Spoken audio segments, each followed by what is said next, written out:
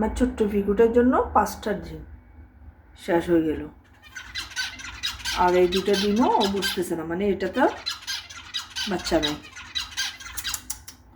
Ferran ফুটতেছে, কি করব তাই বলো, বুঝতেছে না ও।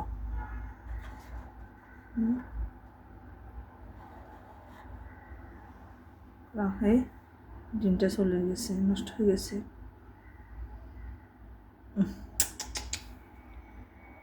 ফলাই দিতে হবে আমার এই ছোট্ট পিকুটার জন্য, আমার এই ছোট্ট ছোট্ট ছোট্ট বেবিটার জন্য। পিকু, পিকু, তুমি মাম্মাকে বসতে দাও নাই?